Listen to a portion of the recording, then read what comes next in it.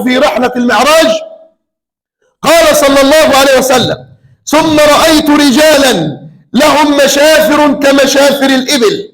مشافر زي شفايف الإبل، الشفة بتاعته كشفايف الإبل، في أيديهم قطع من نار كالأفهار يقذفونها في أفواههم فتخرج من أدبارهم. قلت: من هؤلاء يا جبريل؟ مين اللي بياخد جمرة من نار يلقيها في داخله ثم تخرج من دبره؟ قال: هؤلاء الذين يأكلون أموال اليتامى ظلما. ألم تقرأ قول الله سبحانه وتعالى في الكلام عن المواريث في سورة النساء: إن الذين يأكلون أموال اليتامى ظلما إنما يأكلون في بطونهم نارا. أهو تفسير الحديث أهو في الآية: وسيصلون سعيرا.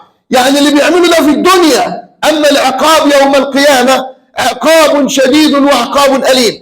فأكل أموال الناس بالباطل وأكل أموال اليتامى وتحديد المواريث زي ما بنشوف دلوقتي بالكيف على الشرع والتعدي على أمر الشرع، فلان يورث وفلانة لأ، وإحنا ما بنورثش بنات، أو أنا يعني هدي لك ورثك مواسم، ولو خدت الورث أنا مش هخش عليكي.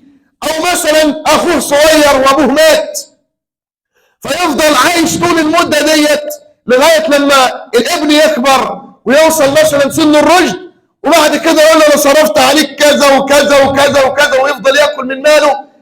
ويجي الولد بعد ما كان له ورث فدانين 3 يدور بقى له نص فدان. راح فين؟ أصل كنت بصرف عليك يا ابني في التعليم.